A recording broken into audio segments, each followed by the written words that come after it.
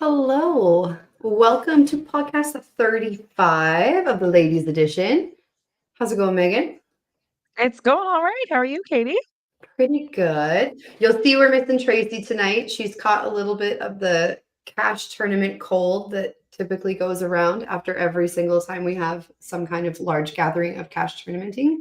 So hopefully she is feeling better soon. She'll probably be watching from bed with a cup of tea. So hopefully We're she's thinking of you, feeling better. Trey. Yeah. But welcome to the next podcast.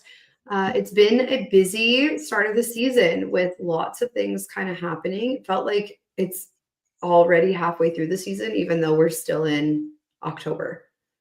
Honestly, we were just sitting in the back room, like, look at all these things that we can talk about. There's so many things going on. Like, I don't even think we can fit it all in an hour.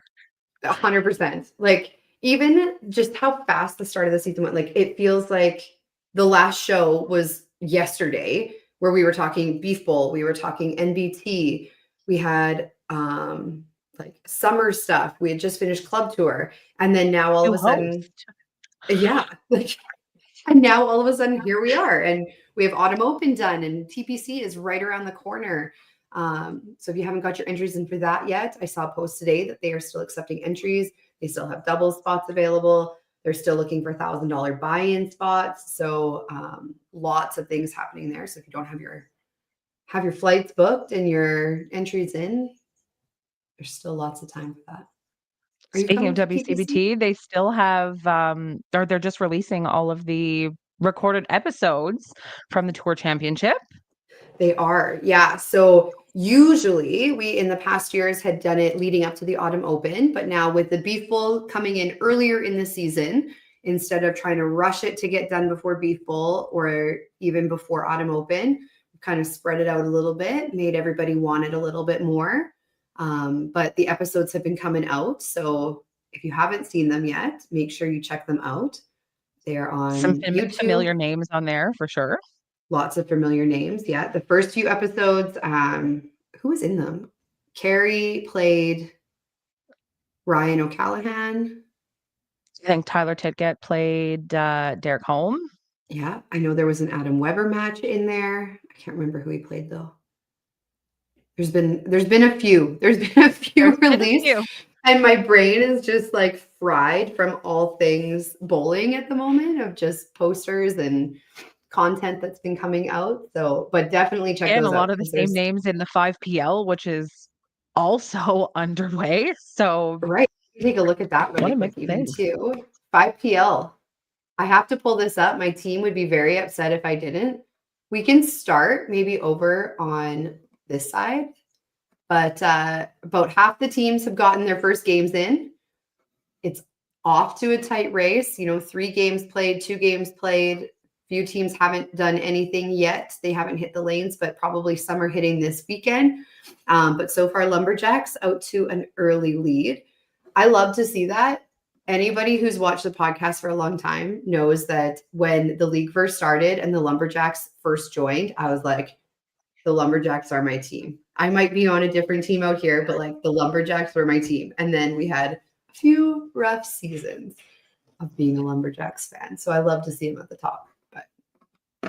And then over in the other Some division, interesting mix up in these divisions. Definitely looking interesting from last season for sure. yeah, that reshuffle of teams definitely. I mean, no matter how you look at it, all of the teams across the divisions are strong teams. I think that goes without saying. I think just based on stats from last year's play, you're hearing a lot of talk about how there's one division that seems like it really has a strong go to get into playoffs. Both divisions, I think, are a little bit of a crapshoot, but I think it's good. But here's the other division. My team would be so upset if I didn't bring it up at least once in podcast. Crushers are sitting at the top. We've only played 2 games, but we don't play again until January. So this is the last time we'll be up here for many, many, many weeks. But always nice to see our team up at the top. My brother plays on Next Gen, so it was nice to go to Sunday dinner and rub it in a little bit of where we were both at after 2 games. So I love it. Sibling rivalry never hurts. A little rivalry, yeah. So if you are looking for something to watch this weekend, I know there is some 5PL games happening this weekend. Both divisions are going to be going strong, so definitely check that out. I think it's actually the next few weekends, right up till TPC, there's matches every week. So And while you're waiting for it, watch all the WCBT Tour Championship. there's no shortage of bowling content on the internet right now. This is You true. could also go back and watch the Autumn Open finals if you wanted. You could Kind of excited to dive into that one. This podcast hour. That's right. So that's kind of what our show is mostly about today. Autumn Open. You were not at Autumn Open this year. You had your sister's I was wedding. But someone who typically does come out to the Autumn Open, it was a tough year. It was pinfall was pinning, and you had to be pinning in order to score well there. So I think it's even more impressive, everybody who did make the cut. I know Tracy and I, we gave it a good run. We tried really hard.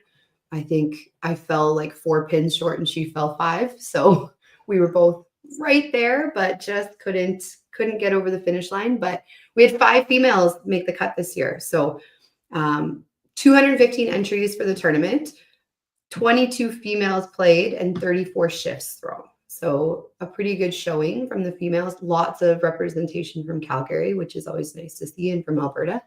And a fair bit of representation across the country, actually. That's right. We had a couple players from Newfoundland. We had some Manitoba players. BC, there was some representation from Alberta. I flew over the Autumn You flew Open. over the Autumn Open, so that basically counts. You waved from the plane. Hello, I'm here. But yeah, so definitely a really strong showing. But we have some of our female qualifiers here. Dina Ritchie is one from Calgary who made the cut this year. She qualified 48, so like the very last spot. She played fantastic. Her ball was just working there every time. She was on a lane with Danny Bear, and every time he would come over, he's like, she has a string of strikes again. Like she has another string of strikes again. But she played fantastic. She unfortunately is working evenings this week, so she will not be able to join us. But we do have 3 for sure of our qualifying ladies. Potentially a 4th one will be joining us, but we'll just have to see if she can make it work in between clients at work. So, but we could probably bring in our first one. Yeah. And then if Jenna makes it in, let me just find, I feel like they've changed StreamYard around on me. Okay, let's bring in our first guest here. Hello, Kelsey. Hello. How's it going? Fancy finding you here again. I know, right? Fancy being here again. Hey? She's just like a permanent fixture now. Right? Not for TPC, guys. I won't be there, but maybe the other ones. Hopefully, Yeah. Fingers crossed. Yeah. 2 for 2 of the season, though. That's not bad. 2 for 2 And of the Beef season. Bowl. Oh, no, Beef Yeah. Bowl was part of it. Beef Bowl, I was going to say Yeah. there was another one, but there wasn't another one. Oh, and we have I our... can't complain. And I bowled doubles this time, so with my husband. So, Yeah. you know, can't complain. Lots of bowling this year. Yeah, I see Yeah, Jenna that's in the fantastic. background, so we'll bring her in as well here. Looks like she's just getting her camera situated. Maybe. Maybe not. We'll see if she comes. Oh, She's here. She's here. Hi. She's just joining us while you're muted. we can't hear you. I'm getting my workroom situated. I apologize. Nope, you're good. She did warn me that she had like a 15-minute window in between clients, so she can Nice. talk to us while she's working here. Fantastic tournament from both of you ladies. You came out firing. Both of you one shifted to make the cut, I believe, correct? Yes. Yep. Yeah. So Kelsey, you qualified 41st, averaging 259, so a 2074. And then Jenna, you threw a 2105, qualifying 25th, with like a really solid finish. You shot 263, 270 to end the qualifying shift, which was I'm listening. I'm listening. yeah. Just nod if you say yes. Yeah. How did you guys feel the play went during your qualifying shifts, Kelsey? I feel like qualifying was a lot better than Sunday. I agree. Minus my last game when I punched myself silly, but I had enough sticks, thank God. But Yeah. yeah, it was definitely rough out there. Like, my gosh, you couldn't buy a strike to save your life. Like, you had to work every angle of that. Even some side of, like, you would throw, I seen on the side head pins that were like pocket, and I was like, 100%. how's that happen? Yeah. But anyways, it was tough for sure. But qualifying for sure was way better than the final, the Sunday for me, anyways. But Yeah. yeah, like you couldn't. It was just you had to be very. It was a very thin line, and it was definitely tough for sure. Yeah. The Is there word I anything that use you do mentally to be able to prepare yourself for, maybe not getting any of the shots that you think you're getting, or being able to stay in the game when it's as difficult as it is out there? I really had to like get out of my head. Like I was in my head actually quite a bit because I started punching and I started counting the score, and everyone, and I was like, nope, it's not going to help you. You just, so I actually stopped looking at the score so that I wouldn't get so frustrated. Yeah. But yeah, you really have to be positive. You really have to just just keep going. You have to just not give up. Yeah. You have to keep saying it's okay. You can do it. Next ball, on to the next, on to Yeah. the next. It's okay. One headpin's not going to hit you, even if you punch three in a row. Yeah. It's Because you okay. know Just that keep everybody going, right? around you Like is also it's doing the punching same 3 in a thing. row. Yeah. Yeah. I think the frustrating part for me too is that there was no movement for me too, and I rely a little bit on my movement for my pocket. And Mhm. I would throw the ball and be like, "Yeah, that's my spot," and then it would just shift, and it would just take the 3-2, and I was like, "Okay, just kidding. Okay, we're good. We're good." And I knew not to like pop up fast or whatever, but you just get so into the rhythm, and then you're like, "Okay, that's a great shot," and then you're like, "Nope, you knew better," and then it takes off, and then you're like, that was not very wise of you." But we live and learn still. Still with the amount of years I have, I'm still learning. For sure. And that's such a huge takeaway is every time that you play, like it should be another thing that you can learn and grow from and be better tomorrow than you were yesterday. So that's fantastic advice. Exactly. Yeah. Jenna, how did you find it? I couldn't agree more. I know going into Paradise, you're always going to have to grind. That's just hmm how it is. I definitely like Saturday, I found it a little bit easier. Sunday, I struggled so hard. I could not find anything. If you look at my scores, I threw a $160. So like that says says it right there. But I mean, I think I moved 5 or 6 boards, which I don't typically move. And so just to find every lane slightly different to try and get something that's not a full head pin, just a little bit more movement. You kind of had to go in knowing that you're probably not getting the strike. So if you can pick up on those spares, you're going to throw well. You just have to capitalize on it, obviously. So that's kind of what I had going on, I guess. It was So. wild. Like when I played my qualifying shift, my first one, on lanes 1 to 4, I was playing on the very far left dot. And then I had 2 games where I was lost. Like it didn't matter where I stood, what line I threw from, what ball I threw. It just didn't matter. And then I the was the next same. 4 games, I played from just right of the middle dot. So like 3 full dots over. And it's like, I okay. found the low side was Yeah. a little more forgiving. So I threw what was kind of my normal line. I was a little bit further right. And then same thing, high side, last 4 games, I was 6 boards left just to get something out of it. And it was tough for sure.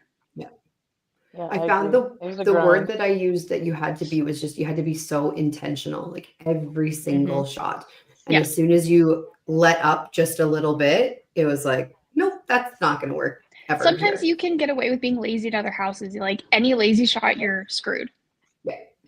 And I think another lesson from that as well is I know we joke all the time the pinners are winners, but in situations like this where you can't get strikes all the time, like you need to be absolutely A+ on those spares because otherwise those are just pins trickling away. And as we could see, there were a lot of pins trickling away. So Yeah. clearly you guys were able to, anytime I saw you guys on the stream, you guys looked pretty solid on those and looked calm and poised at least, which I mean goes to show all of that mental fortitude that you have over your careers. Yeah. What do you think the difference was between your qualifying shift and your Sunday? I think the lanes, I don't know. I don't know what happened to the lanes. Listen, I'm gonna say that I punched myself silly on Sunday. Saturday or Friday, I bowled Friday. Yeah. Didn't have as many head, like I had a few, but like I had a lot more strings of strikes. I can agree too. Yeah. Yeah. On Sunday, like you said, it didn't matter where I moved. I was tracking it. It was just like ping, ping. And I was just like, okay, we'll try another line and try not to get frustrated. And then I did huck it a couple times. And I was like, okay, that one works, sure. And then, nope, next time, not so much. So it was hard to keep it together for sure. Yeah. So Sunday, I don't know.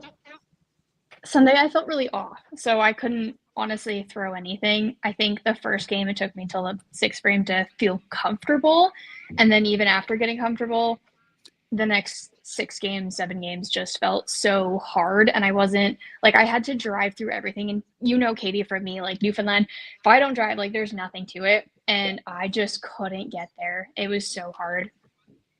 Yeah, for sure. It definitely was a house that like it seemed to me it didn't really matter. Like sometimes you go in and it's like, well, if you're a hard thrower, it plays to that. If it's like it didn't really seem like it was playing to anybody, like to be quite honest. Like some people would get on a short spurt of run, but then the next game, like they might have shot a 270, but then the next game was a 2-0 something, right? Like, and it didn't matter if you threw a hard ball, a softball, didn't really seem to have any difference, which was kind of nice coming in as like a female who typically is kind of playing catch up a little bit in some of the centers where you feel like, well, I don't throw it hard enough to get the bounce backs and the breaks and things like that. It felt very level, like even for what I was witnessing around me. Yeah, I could agree to that. It was definitely an even grind for everybody. Yeah. So because it was a grind, do you have any advice maybe for like some newer players or younger players who were maybe playing a shift like that for the first time that's like, wow, this is really a grind and I'm not used to this? Is there any advice that you can give to them to make it through? I think to know that every lane is different, and every center is different, that just because you're struggling at this center doesn't mean you're going to struggle. And it doesn't mean you're not a good bowler. It just means that it's a hard house and that you just have to figure and find your rhythm. And when you find it, it will come. Exactly what Kelsey said, but also those grinds set you up for knowing that you can push through anything, and no matter what kind of comes your way, whatever lane, alley, whatever's kind of going at it, you know that you've been able to grind it out and work for something. So it helps in the long run, where it's just one set, doesn't matter. You're going to find it again eventually. So being able to push through it's kind of the big thing. For sure. What a great mentality for both ends of the spectrum, right? Maybe like if I'm struggling, that this doesn't define who I am as a bowler. And if you're doing well, even though it's, maybe a little bit under average, look at all the things that I can accomplish. I have no doubts that I can do it again. That's fantastic. Yeah. Yep. So both of you currently are members of WCBT. I know, Jenna, in previous years you have not put in for your membership, and this year you decided to. What is kind of next on the circuit? I know, Kelsey, you were saying no TPC. I'm assuming, Jenna, you will probably play TPC being in Edmonton. So what's kind of next for you, Jenna? I mean, TBC is usually typical. I never make it out to the Winnipeg one. I've gone to Regina, but now that it's not there, my 3 are just the Autumn Open, TBC, and Heritage. Everything else, I mean, like you have Masters coming up, you have the Open. It kind of just sets you up for all of those. So usually those 8 games in any of the tournaments, you're typical for all of those qualifying. So for me, it just kind of sets those up, I guess. Right. See what happens the next couple months here. So yeah. Kelsey? Exciting times, though. Yeah. Yeah, it'll Lots of be the things. Open, Pro League, although I haven't showed up to Pro League Right, yet. That's Pro League. okay. Right, that one, Jenna.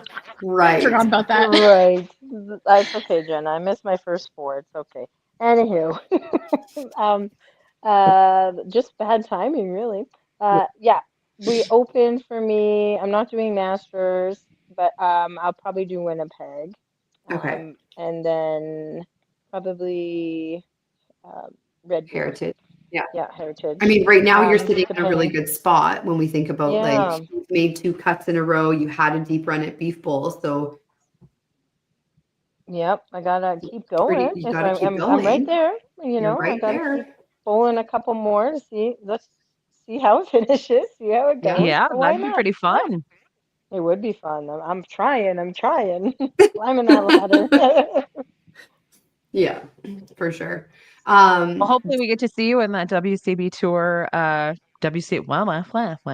English. No, that's right. WCB WCB tour. tour. That's right. The WCB tour finals next year. And if we don't, we still have both of you to watch on the 5PL on Sundays. Everyone check it out.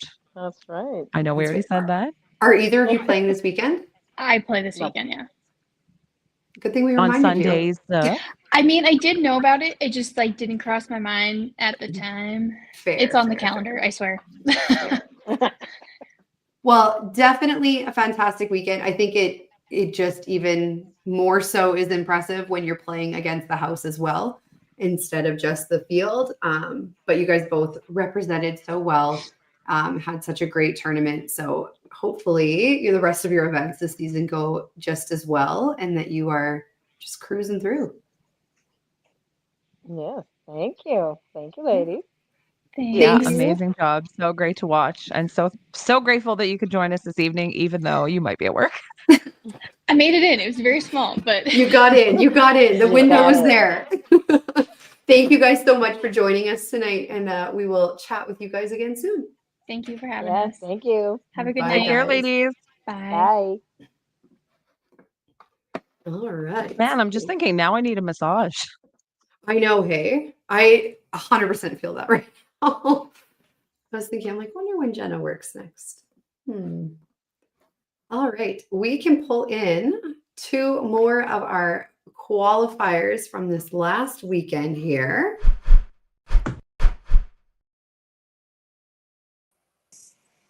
Hello. Hi, One ladies. from hometown Calgary and one of our farthest traveling competitors. And both of you made the cut. How's it going? Good. How are you guys? Good. Amazing. So we'll just quickly run through before we get started in like chatting on things, how your weekends went, and then we will dive in. So Michaela, you qualified from the main event 28th. You shot a 21.03 and averaged 262. And Melissa, you shot a 2060, averaging 257 and qualified 45th. And then both of you went into the semis. Melissa, you finished 23rd in that semi round. So they take the top 16 in that round, but you finished 23rd. And Michaela, you finished 27th. So both of you had a great day on Sunday as well. I was watching both of you and it was kind of like, okay. But it just not quite there, but like could have been, right? Especially when it gets down to the wire, like that gets tight and that battle is tight. Yeah. Yeah, it's definitely something on the Sunday. So before we get into Sunday, why don't you guys walk us through your qualifying shifts? Michaela, want to start? Sure. I never I feel like I just had my gas on the pedal, but I never really pushed down. And I was in cruise control. I felt like the whole entire day. Like I never like peaked a high moment except for I shot 335. I think the 7th game that really like was the pushover to make the cut. Yeah. But other than that, like it was nothing really like amazing. Every game was like had the double going into 10, plowed. And then something. Yeah. And then Yeah. You something. went. I never had that outstanding moment. Yeah, you went 274, 230, 247, 241, 281, 250, the 335, and then a 245. Yeah, like You're I right. never It was had that kind of just low like day. very Yeah. even keel. But that was your only qualifying shift of the weekend, right? Yeah, I only played one shift. Yeah, that was nice. I think that's my first And time. were you in the 225 pot? Nope. Of course you weren't. I refuse to go in it, and I think I would. I think if I went in it, I would win it 95% of the time with the shift that I make it in with. But I never go in it because whenever I do, I never make the cut with that shift. That's fair. But even still, just speaking to our last guest, like we heard that the scoring was a little bit on the tricky side, and you were able to put together like a really consistent and solid shift. Yeah, I think I struggled normally for the first like 3 to 4 frames, and then I'd go like spare turkey or something, like kind of like from 5 to 9, it'd be all marks, and then I would figure like I never threw a strike in 10 except for like the 6th game. I think like I could Yeah. not throw a strike on the first ball in 10 to like save my life during that shift. But I never was shooting like or looking to shoot like a 360. I was kind of just like saving games. Like it's almost like I got cold for the first 3 frames, and then I was like, all right, it's time to pick it up. And then I had enough points that I could mess up in 10, For and sure. I normally did. So, But you that's set yourself up and gave yourself the room to be able to do Yeah. it. Yeah. Which is nice. And was this your first cut at Onum? No, I've made the cut the last 5 years, I think, and then Yeah, I made the quite a 16s few. the last 2 years. But this year, Of course, Adoy. a little bit came a little short this year. But yeah. Yeah. Melissa made her first cut though. Yeah. I'm sitting here laughing and being like, Michaela's like 18 and has made the cut 5 years in a row, and 16 2 years in a row. And I'm like, yeah, and I'm like 400 years old, and I've played 84,000 cash tournaments and spent almost that much money. But hey, made a cut. I really want to get into that. But before we do, tell us a little bit about your qualifying shifts. I know you played more than one shift. So what was kind of the mindset? How did they go? Yeah, so I played Thursday. I shot at 1921. Got off to a good start. Didn't necessarily roll bad after that, but never, just never really quite got there. Mm-hmm. The conditions were definitely tough on Thursday, but I kind of had this feeling that like my ball was working pretty well when I threw it well.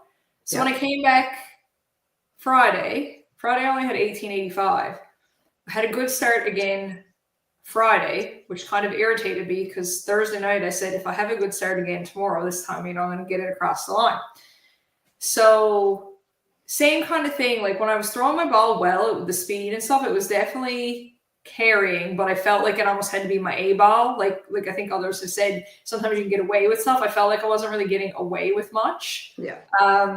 And then I came in Saturday, had the good start again, and I was like this time, like this is happening. So I'm chugging along, and going into the last game, I probably need like 235 to get in that maybe range. Anything above that starts increasing the odds that it's good enough. So I felt pretty good, but it was just sort of like a home start. I think I had a couple of marks, a couple of plugs, and all of a sudden I'm looking up at the scoreboard and I'm like 125 and 6 going, okay, you're struggling a bit, and now you need to throw at least like 110 at a minimum on this, like right now, in 4 frames, which is a big number. And a couple things happened then in the next few minutes that were a little bit of a game changer. I would happen to be bowling in front of the main counter at Paradise. So Maria Wood happened to come over and let me know that, she'd been keeping an eye on my scores all day and was rooting for me, knowing that I've, come out there pretty much every year. And a few of the other ladies there behind the counter, that they were in my corner. So that was certainly nice to hear, especially being away from home. And then just before I got up, I kind of felt like a little squeeze on my shoulder. And I had this moment of like, who is that?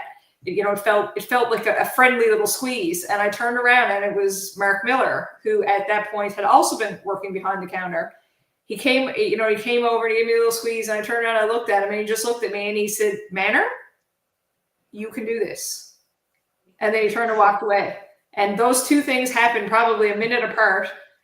Got up the next frame, strike, next frame, strike, next frame, strike.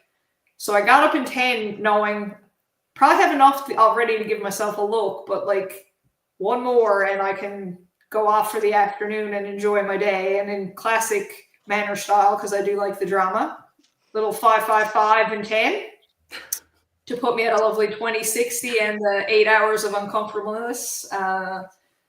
And then it was great. I went for lunch with a few of the Winnipeg guys and came back, and Michaela and I pretty much hung out all afternoon, actually, having some chats. Watching stats.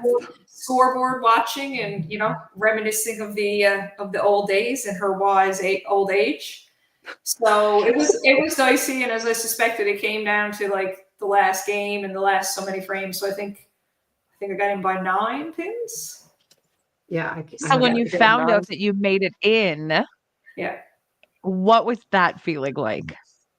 I mean, it was definitely like a fun feeling and a cool feeling. I think just to be this far into my career and be able to still have firsts is pretty cool. I mean, I made a little Facebook post about it. So, I mean, 19 years of trying, it's either like a really cool, fun, and inspiring story or maybe slightly embarrassing. But no, like seriously, I mean, over the years, I've been close, 30 pins, 40 pins, 50 pins. I had 2 pins last year at Club Tour when a shot got away from me. So I sort of used that experience to help me a little bit. I didn't quite finish game 8 as strong as I would have liked, but I was pretty happy to be able to, go up in 7, 8, 9 and throw the turkey because that was kind of the only thing that kept me alive. So that was pretty cool. And we were crossing names off the list, and Michaela was actually the one who did the final confirmation of Manor you're in, and I was like, wow, like 19 years, pretty cool. Yeah. So before we get into Sunday, what was it that kind of kept bringing you back? Like some people would say, after 10 years, let's say it hasn't happened. Like, why do I keep trying? But what was it that kept you coming back, keeps you playing, keeps you trying and motivated? I think for me, it's just like, I love the game, but like a big thing for me is always, like I say to people, like, when we're trying out for a team, Open or Masters or something, obviously everybody wants to make the team. Like that's why you're trying out. And if you don't make it, you're disappointed. But for me, usually the high or the low of a tournament like that comes down to like my own performance. Like, did I do what Did I do what I could? And I think the cash tournament 19 years thing almost kind of like fits in with everything in my bowling career. Like YBC, I was fortunate to go to nationals pretty early, but I was actually in Pee-wees. But I finally won a national title when I was in seniors. Played the Open 16 or 17 years before I won that. Masters, same thing. Played the Masters 15 or 16 years. Had some pretty low finishes in both of those tournaments. Eventually won the Masters. Cash tournament, same thing. I think for me, like, I'm just a person. I'm very persistent with everything that I do. And I knew that I could do it. And in the past few years, I could see myself getting sort of like closer and closer. And like, I'm confident now that I could do it again at, another tournament. But like, at the very least, like, it's an individual milestone, right? Like it's a little one to check off the list. Some people, happen to get it out of the way early. I happen to take 19 years. Fair. Is there a reason that you chose this tournament, the only one that your best friend wasn't at, to cheer you on to make the cut? Well, this is what I was going to say. It's come full circle because I've pretty much been trying to make a cash tournament longer than Michaela here has been alive.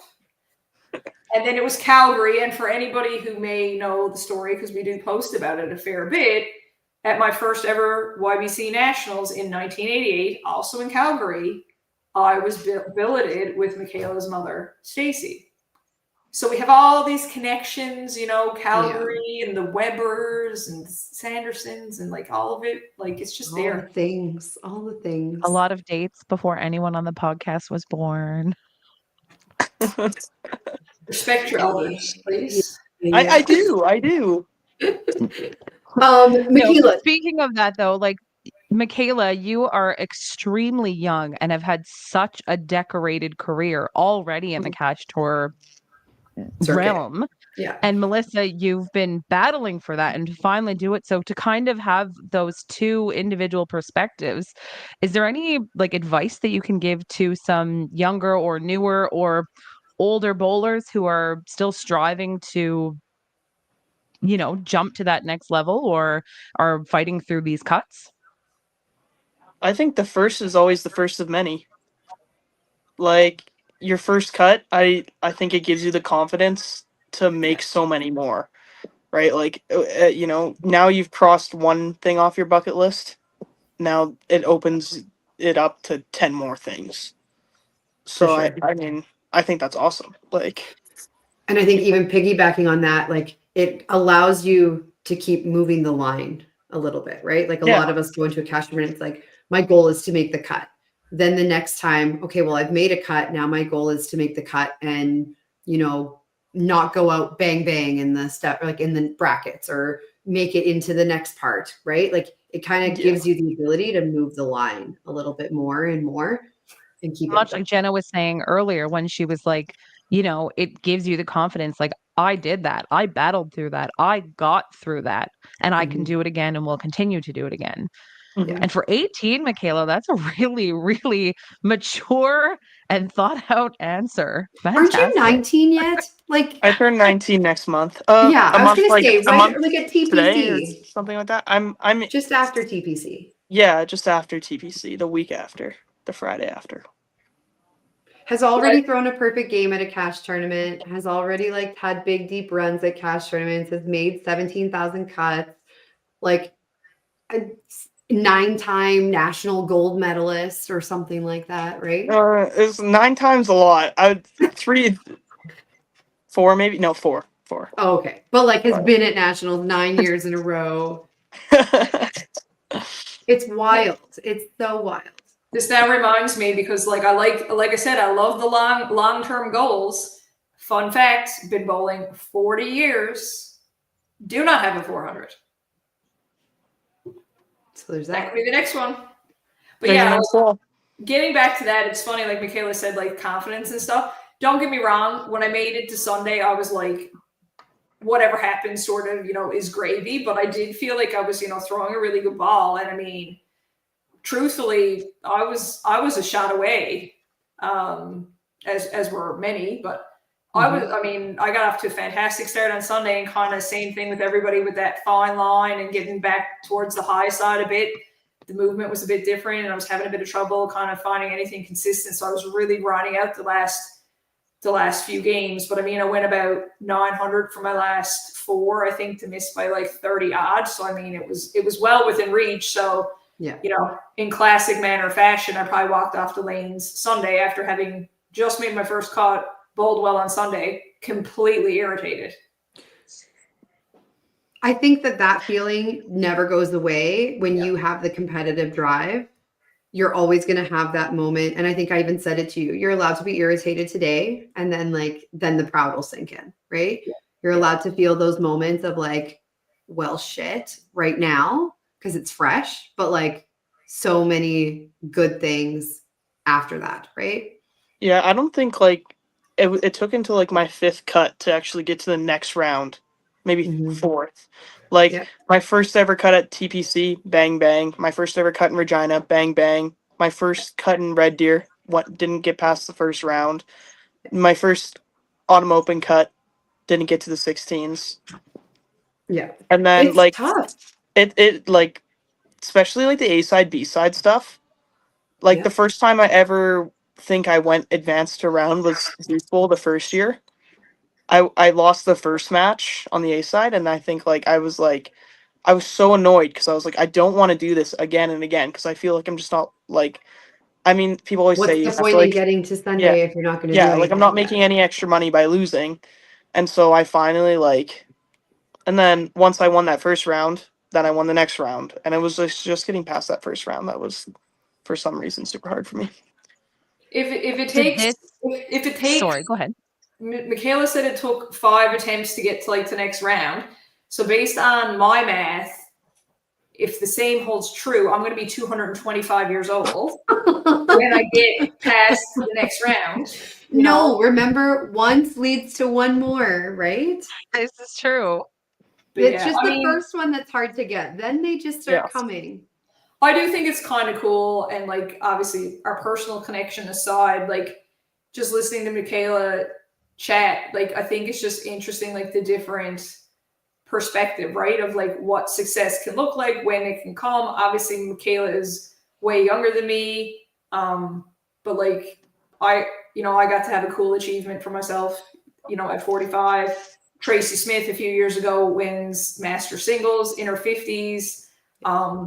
I think it just reinforces kind of like that bowling can be a sport for life, and that just because like different people get to different places at different times, and that's okay. In the words of Tracy Smith, I've said it before, I'll say it again, the journey is long. And it's so true, right? It is so true. And I think that's a really good message, even for like some of our younger players. It's so easy to look, maybe you're a 16 or 17-year-old player, and it's so easy to look at the Michaelas and go, well, she has so much success. Like, what am I doing? Why am I not there? Why am I not? Right? Or, at any age group, I think you can look at it and be like, it's so hard not to compare yourself to the people around you, especially because when your scores are lit up on a scoreboard, it's so easy to go, well, I'm not as good as, or I'm not as talented as, or consistent as, and it magnifies it. So it's a really good reminder of just maybe in that event, sure, you might not be as good as whoever, but the success comes at different times, and the success comes in different stages. And it doesn't mean just because you don't have that success yet that it's not coming, or that it's not, a goal that you should have or be working towards. It might not be a Tracy Smith quote, but another quote for the evening: comparison is the thief of life's joy. Yeah. And that is Absolutely. exactly That's actually such a good summarizing quote. everything that you're saying, Katie.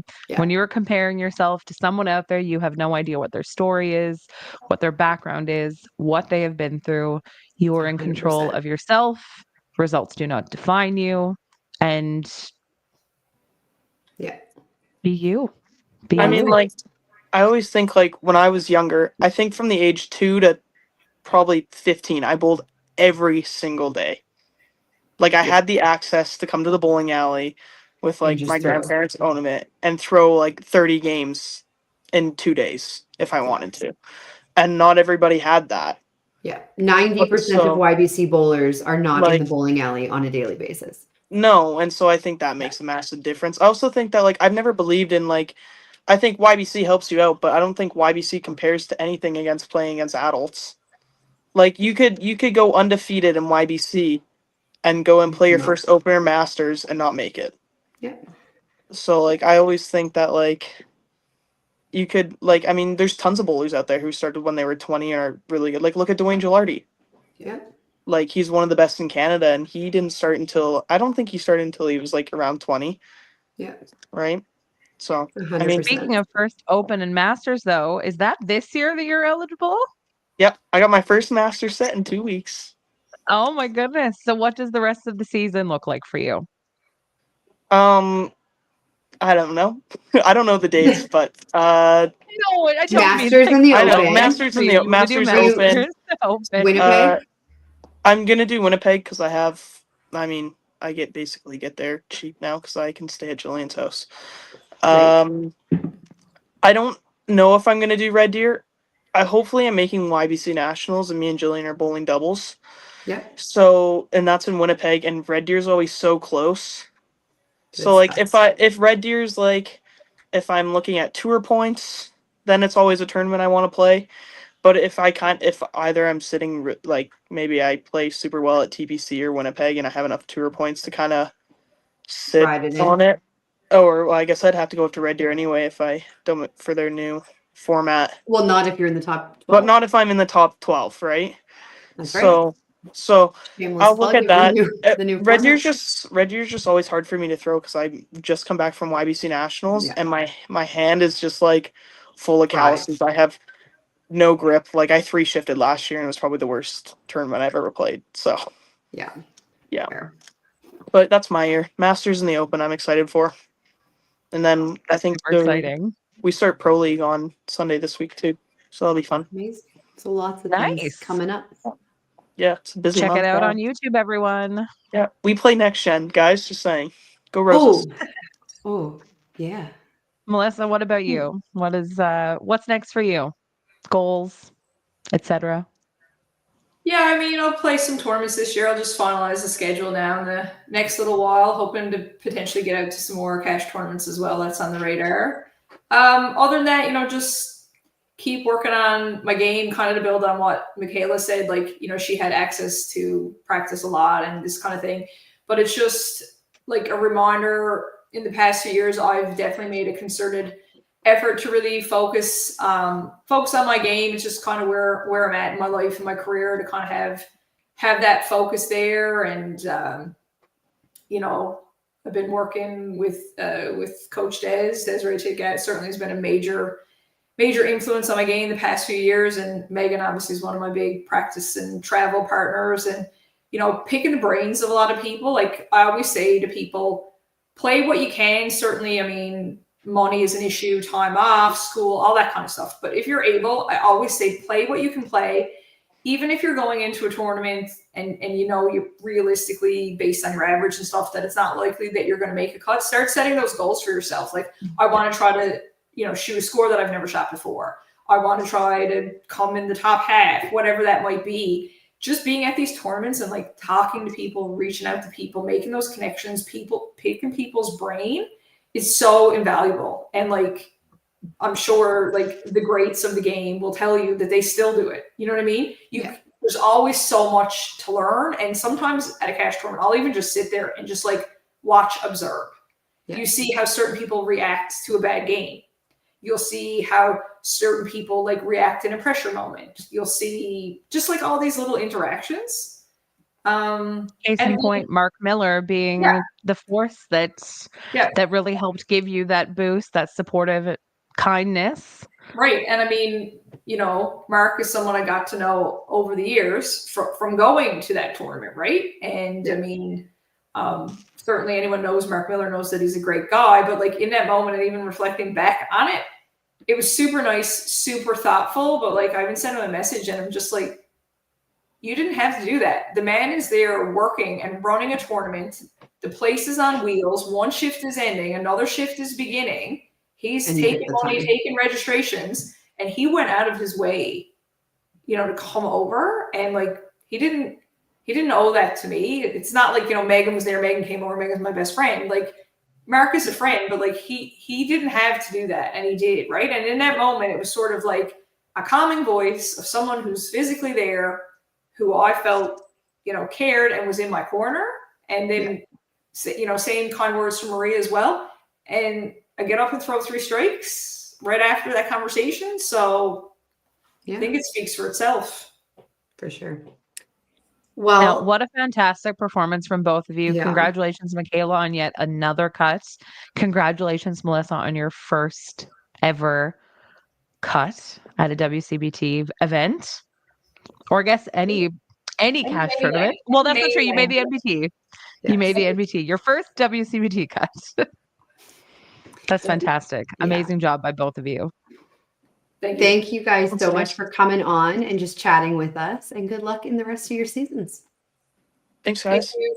You too. Thank you guys. All right. I think that's such a cool story, to be honest. Like, I know, to say like spectrum. Yeah. The whole range of talent there. And she gave us kind of a nice little segue into our last guest. That was unplanned. We had no way of knowing she was going to bring up our next guest. But we can bring her in.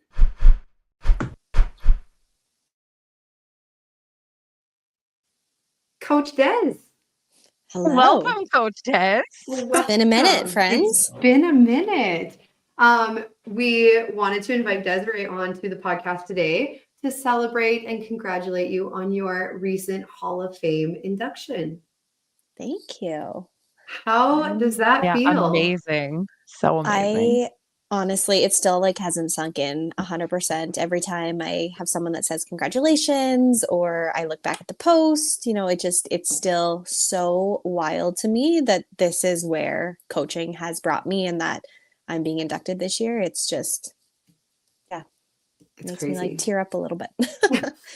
That's so fantastic. Do you mind walking us through how it was that you found out that you were in? Sure. So actually I was in Edmonton for Taylor's bridal shower. And so I was at the bowling alley and Tim was there and he kind of pulled me aside and he's like, we need to have a conversation. And I was like, oh my gosh, what is this conversation about? What happened? I'm like going through all these different scenarios in my head as to like what he might want to be telling me. And yeah, it just ended up, yeah, your name came up and you're going to be inducted this year. And yeah, full disclosure, I definitely cried. I like walked away from Tim. I was like, how dare you do this before the bridal shower? Like my mascara is gonna run. I was like, give me a second. So I like ran off to the washroom and then I came back and I was like, okay, I'm ready. I'm good I'm again. ready. I'm good. But yeah, so it was a complete surprise to me. And it was not something that was even the little bit like expected or thought that it would be something that I achieve in my coaching lifetime. So to have it happen, I'm gonna say like relatively early in my coaching career compared to some of the people that are in the Hall of Fame right now is just it's so unreal to me. Did you Exceptionally ever? early, but I think that just Yeah. goes to show what an unbelievable career you've had. I mean, I can't even list all of the golds. I think what like I can't Yeah. even wrap my head around all of the accomplishments and not just the physical accomplishments. But I mean, Melissa was just mentioning previously about how many things you have done for her game. And she's just one example of all of the things that and the changes that you've made in people's careers. And that it's just phenomenal to see. Yeah. I love watching Thank it. you. I think the thing that like just kind of sets you even apart from a lot of other coaches is just the consistency of it. I mean, we look at the Alberta Youth Challenge, and it didn't matter whether you were coaching an Edmonton team, a Calgary team, a boys team, a girls team, whether it was their first qualified team or like their second qualified team of like their second contingent. It was 10 years in a row that you took whatever team you were coaching to winning provincials. Is that the right number? 10 years? That's correct. Yeah. Then you flip over to the open. You're like, okay, I'm going to start coaching the open now. First year, you put your name in as an open coach, gold. Second year, you put your name in as an open coach, gold. Third year, now you're over on the men's side, gold. Like, is it 3 for 3? Undefeated at the Open. Yeah, it's 4 for the open. 3 ladies. I had Right. 1 year That's and right. then I kind of took a break. That was like COVID and I was getting married and there was much stuff going on. 100. That's right. And then, and yeah, 2 ladies teams consecutively. And then this year marked my 3rd consecutive open, men. but I had the men. Yeah. Yeah. So like 100% success right there. Unreal. You have your I own mean, we've like, just coaching listed a program few too. different things, but is there any specific event that like really stands out to you or experience that stands out to you? One of the ones, honestly, for me that kind of, I think, like set the tone for my coaching in bowling. I mean, I've coached skating since I was 16 years old. So I have been coaching for a very long time in a lot of different environments, different level of competition. But to be as young as I was, like very early in my 20s, to be coaching at Youth Challenge when at the time we had, the 2 contingents out of Edmonton. And there was coaches that coached when I was bowling that I really respected that had their names in. And to be chosen was the first thing that I was like, oh my gosh, okay, this is so cool. And I had a second contingent girls team. And I don't know that a lot of people kind of know that story. I had a second contingent girls team. And I remember looking at the points and we were sitting in second and it was like 7 points to tie for first and it was 8 points to win. And I had this moment of like, I believe in these girls. Like we can do this. I just need a little movement or something like that. And I made something that I don't do anymore, but like a complete lineup change based on kind of how everyone was bowling. And we ended up taking 8 points and that secured us the gold. And that for me is one of the moments that like definitely stands out for me just in coaching. There's many smaller moments all throughout, getting to bowl this year with with Tyler on the team, right? And even just like Adam Weber, having an opportunity to coach with him, the ladies going back-to-back years with multiple ladies on the teams, right? And just the little moments. Yeah. I love that. Was there a big transition and switch in like the mindset from coaching skating into coaching bowling? For me, not really, honestly, because I have always kind of coached to like, this is the standard that I expect. This is the level or the caliber of athlete that I am coaching. And Yeah. either people are going to raise themselves to that bar, I think, and perform their best because they know, I think one of the big things is they know I want it. And when you have someone that wants it as badly as you, I think together you're willing to fight for that same goal. So whether it be skating or bowling, it's kind of the same thing for me. Coach Des and I have had many, many moments together where she has made her expectations perfectly clear. This is my expectation and we're going to get it. This is our end goal and we're going to do it. And it like, as a bowler, being in the pit with her, just knowing like whenever we're in a moment of, this is kind of like, you got to turn it on now. Just knowing that like she knows she's backing you, she believes that you can do it, it makes a huge difference too. Like I think we've all been in situations where we've had coaches where like maybe you don't 100% feel like they believe that you have what it takes, but I know that I've personally witnessed not only in my own bowling, but in bowling of the people who are on my teams with her. Like you see people rise to the occasion, you see people rise to the expectations and the challenge. And I think when you set that bar for everybody and you set that so much easier for everybody to just move towards that target as opposed to kind of floundering around a little bit. Thanks, Katie. Ah. We haven't had the opportunity to be coached by you. Just saying, have had to be in the pit against you, which is Yes, I always can recall a fun few time. moments. I'm so sorry. But one of the highlights of my career actually is in my coaching career, and it's being able to coach alongside you at the Newfoundland Bowling Tour, getting to learn from you and to see your action, like, and how you work is just so fantastic. And I wish there was more of you to go around. Well, thank you. No, it truly is a highlight of my career, getting to learn and to grow as both a competitor and a coach because of you. So I really appreciate you, and that. I'm so proud of this fantastic honor. Thank you. Yeah, both of you. Those are like, two people I definitely respect in the game. So to hear your opinions, Katie, like on the lane, Megan being at the MBT school, right? It's wonderful to hear. And thank you so much. I don't Okay, like playing next. against you, so we'll leave it at that. So it's not all sappy. When are you coming back to bowling to play on a team with me again? Oh, this is great. Actually, I was going to say something about that. And then you just like segue right into it. I was going to be like, people always ask me like, oh, when are you coming to bowl? When are you this? When are you that? And I'm always like, nah, I'm done. I'm retired. But honestly, I think for me, people find like their niche. They find what they're passionate about. My career growing up, I was a competitive figure skater. That was my number one passion, and bowling was always second. That's how it worked in my life. And I went through a journey of love-hate with bowling, and I didn't want anything to do with it. I didn't tell anybody I bowled. It was like this closet thing for me. And now when I get asked that question, before it used to be like a joke, like, oh, I've retired. But for me now, it's just, I love what I do. I love coaching. I love to be involved in people's journeys. I want to help people get to those goals.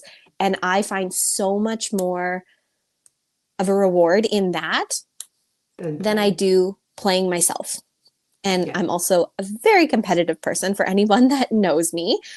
So to come back and bowl and not be at an elite level that I would want to be at is just not something that I would find enjoyable. And unfortunately, like with my coaching schedule between skating and bowling, and now with a daughter and stuff like that, I just don't have the time to put into my game to get it to be where I would want to be competitive. So. For those who don't know, Des and I won a national youth medal together way back in the day. We did. Yes.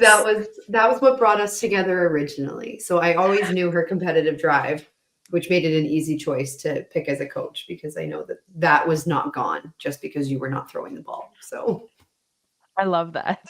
Yeah. Now, Des, you mentioned the journey. Melissa mentioned the journey is long from Tracy Smith. A lot of journeys. Are there any like real aha moments or lessons that you've learned along the way that are really stand out to you? Like, my goodness, this has changed everything.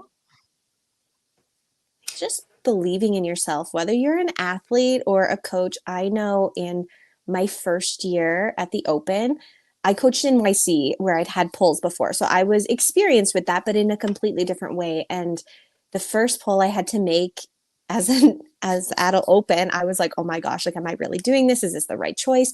And in the back of my mind, like, I always questioned it. And I questioned kind of my lineup changes and what about this and what about that? And now looking back on it, I think when I'm ready to make a pull, when I'm ready to make a change, when I'm whatever it is I'm doing in coaching, I do it confidently now. And there's not many moments I can say that I would look back that I would go, oh, I would change anything about it, because in the moment, that's what I felt like was the right decision. That's what, kind of spoke to me. That's what I believed in. And I think as a bowler, as an athlete, as whatever it is you do in your life, if you don't do it with 100% conviction, you're always going to have those what ifs and those doubts about it or what could have been. And for me, I'm quite happy in saying, like, I don't really have a lot of those moments, because I try to you just got to go with it, Commit. and you got to commit to it, and you got to believe in it. Do you And I mean, remember? even Can't agree more. That's literally Yeah. my coaching philosophy, is always throw with confidence and not with fear. Yeah. I don't know if we lost her. I see it's black. Oh Is it no, black for you too? it is. She might come back. I was just going to ask her if she remembered who the first poll of that Open team was, that she said she was like Ooh, unsure of. And that's a then, fun one. yeah. Do you think she'll come back? Tez? She might be popping back into the studio might. here, so we'll just give her a second to see if she comes back. But definitely, we have lots of ladies, especially, who are just now inducted into the Hall of Fame this year. I think I heard her. She's back. Hi. Hi. I had a phone call come through. I don't even know, like spam or something like that. And I try. Anyways, here we are. I was going to I'm back, ask so you sorry. right before You're you here. went dark on us, if you remember who that first poll of that Open was. I don't remember. Gotta put me on the spot. No, I honestly don't remember. I don't remember. I just either, know but- that, like, having that ladies team my first year, I felt like as a coach, there was a lot of eyes on me just because I was young. I had never coached in the Open before. And so Yeah. people were kind of like waiting and watching to see what I was going to do. And yeah, it was just one of those moments that stands out for me, that like I doubted myself a few times. Mhm. And in the end, like, we ended up going to nationals that year, and then we ended up winning nationals that year. And I think it just gave me the confidence that I needed to be like, okay, like, even imposter syndrome, we've talked about it. Like, I know what I'm doing as a coach. Maybe sometimes I don't always make the right call and I make mistakes. But like I said, in the moment, that seems to be what I've believed in or what I think is the best fit. And that's what you have to kind of go with. For sure. I think that's kind of a beautiful lesson, even the fact that you don't know who it was, because I think You we probably build spent up some of so these much time moments to worrying be about so it. much more important than they actually are, right? We have a ball in 100%. our hand. Oh my gosh, everyone is looking at me. Oh my gosh, the weight of the world is on my shoulders. And then nobody will ever remember it. Yeah. It turns into this big deal for us when it really doesn't have to be, right? And especially So I at think the that's kind Open, of a beautiful lesson. There's like I mean, we joke all the time, like, oh, you throw every ball with them. But really at the Open, like, I try to be there, any of the coaching that I do, to support that athlete the best that I can. And that doesn't always mean something, coaching or correcting on the lane. It might just be like a hand on the back or like you got this, or like whatever it is.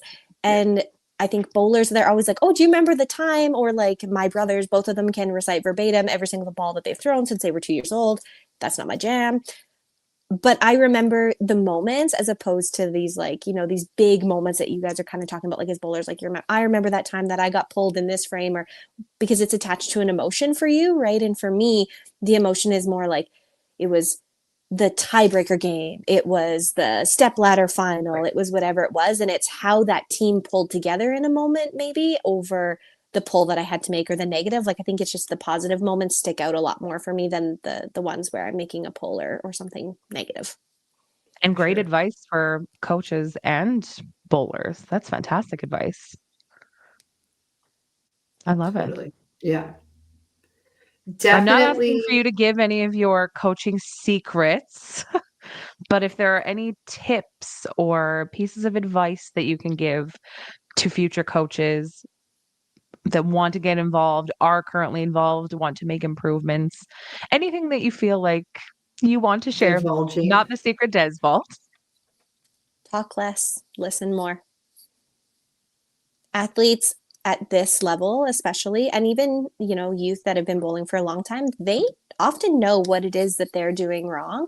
And in that moment, sometimes it's not your job to, you know, breathe down their neck about all these things that are not going their way because they know it. And I think if you can learn to listen to your athlete and just get to know them and read them so that you can give them what they need in the moment instead of, you know, maybe like chirping in their ear for 30 balls a game, right? Yeah, Like, I'm telling them, get the ball out on the lane. I'm trying to do that. Yeah, yeah.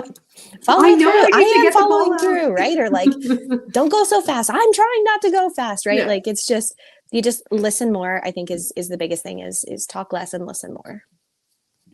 Coaches, take note. That's a C5 Hall of Fame, C5 Coach of the Year talking right there. Write that down.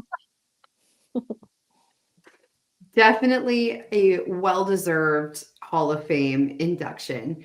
Even if it wasn't this year, I think it was definitely on the horizon. It was coming. I know you say like it wasn't something you even dreamed of kind of coming your way, but I think any of us who have played with you, played against you, played for you, knew it was only a matter of time. I think that this is a very obvious choice for the C5 and that they chose very wisely in this decision. So congratulations. Thank you both very Unbelievably much. well deserved. Congratulations, my friend. Thank you. Thanks so much. So for what's next for popping Coach on. Des? Oh yeah. I don't know. I say that, well, I do and I don't, right? I've said it for years, like, yeah, I'm going to continue to put my name in for the Open. We'll see how that goes. I would like to eventually coach a master's team and maybe have a master's title to my name. So that's Yeah. kind of the next, probably the next thing for me, but I don't know exactly when that's going to be yet. So one day, Mhm. hopefully. That's fair. Yeah. Well, Well, I look forward to thanks so seeing all the much. rest that you do in the future. It's Yeah. going to be fantastic. And thanks so much for popping on and chatting all things Hall of Fame with us. And good luck on whatever the season has this year. Thank you. We'll You guys see you as soon. well. Yes, thank you. All right. And See you, we'll ladies. talk to you later. Take care, Coach Des. Bye. Thank you. Like how she's just now referred to as Coach Des. I can't even not. I It's know. Coach right? Des. It is Coach Des. And Coach Des has learned many lessons from me as well. I'm just going to throw that out there. I We am might not have easy to- to coach. Instead of like, the honorable, I think we just need to start doing like the HOF Des. Yeah. HOF Right? Hall of Des. Fame Des. Yeah. I think that fits. It'll catch I love on. that. It'll catch on. Well, thank you guys, everybody. We had a fantastic guest here today. I think our next podcast is November 15th. Does that sound like a Wednesday? 19th, maybe? Maybe. Whatever the third Wednesday is in Something. November. If you did That. stick around with us tonight while the Blue Jays were playing, thank you so much. I know the Blue Jays game is like, I don't know if I'm allowed to give spoilers, but it's looking well at the moment. So that's good for all baseball fans. But thank you so much for joining us. And I think the next one we have will be right after TPC. So hopefully we'll have lots of more fantastic females to bring on to celebrate their success from that tournament. It'll be great. Once It'll again, be thanks for great. spending an hour with me, Miss Katie Rayner. Thank you. But we'll see everybody next time. Have a great night. We look forward to seeing you then.